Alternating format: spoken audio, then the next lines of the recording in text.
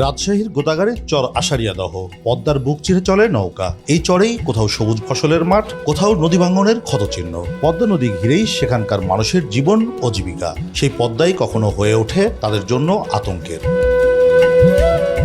ভারত সীমান্ত ঘেঁষায় এই চরবাসীর দুর্ভোগ শুধু নদী ভাঙনেই সীমাবদ্ধ নয়, প্রতিদিনের যাতায়াতেও আছে নানা প্রতিবন্ধকতা। জরুরি প্রয়োজনে সময় মতো চিকিৎসা পাওয়া নিয়েও আছে শঙ্কা।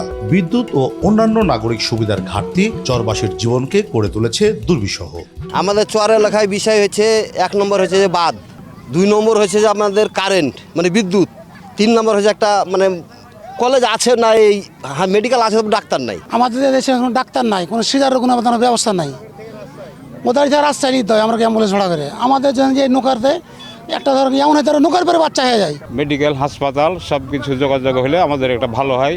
বিদ্যুৎ আসলে আমাদেরকে পারে যেতে হয়, রাজশাহী যেতে হয়, খুব কঠিন সমস্যা আমরা পড়ি। আমরা যদি স্থায়ী বাঁধটা পাই তাহলে আমাদের যে বসবাসযোগ্য কৃষি জমি আছে সেগুলো আবাদ করে আমরা খেতে পারবো। স্থানীয় রাজনৈতিক নেতৃবৃন্দ ও জনপ্রতিনিধিদের শঙ্কা, চরের সংকট সমাধানে সরকার কার্যকর পদক্ষেপ না নিলে মানচিত্র থেকে বিলীন হতে পারে বাংলাদেশের এই ভূখণ্ডটি। বিদ্যুৎ নাই, ভেতরের আভ্যন্তরীণ রাস্তাগুলো চলাচলের অনুপযোগী, এবং তৃতীয়ত যে পদ্মার ভাঙন, এটা রোধ করা যাবে না হলে একটা ওয়ার্ড বিলীন হয়ে গেছে, 1 নম্বর ওয়ার্ড। খুবই দুর্ভোগের মধ্যে আছি নদী ভাঙন নিয়ে। যদি এর ব্যবস্থা না হয় তাহলে হয়তো বা 2-1 বছরের মধ্যে চরের এই একটা ইউনিয়ন বিলীন হয়ে যাবে এবং ইন্ডিয়ার সঙ্গে এই নদী, পদ্মা নদী ইন্ডিয়ার বর্ডারের সঙ্গে মিশে যাবে।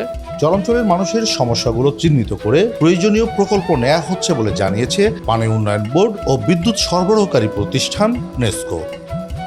আমাদের প্রকল্পে অলরেডি প্ল্যানিং কমিশনে প্রেরণ করা হয়েছে। প্ল্যানিং কমিশন হয়ে প্রকল্পটি একনেকের মাধ্যমে যদি অনুমোদিত হয় তাহলে ইনশাল্লাহ আমরা সেই এই টোটাল এরিয়াটা আপনার নদীর তীর প্রতিরক্ষার আওতায় নিয়ে আসতে পারবো। সমীক্ষার পয়সাটা, ফিজিবিলিটি স্টাডি পয়সাটা আমরা এশিয়ান ডেভেলপমেন্ট ব্যাংক দিতে সম্মত হয়েছে। কর্তৃপক্ষের অনুমোদন নেব, একনেকেও হতে পারে। তার মানে এটা অর্থ প্রাপ্তির সাপেক্ষে ফিজিবিলিটি স্টাডির রিপোর্ট অনুযায়ী আমরা এটা বাস্তবায়ন করব। নানা প্রতিকূলতার সঙ্গে যুদ্ধ করে টিকে থাকা আষাঢ়িয়াদহের মানুষের প্রত্যাশা শুধু প্রকল্পের আশ্বাস নয়, বাস্তবায়ন দেখতে চান তারা। কাজী শাহেদ, দেশ টিভি, রাজশাহী।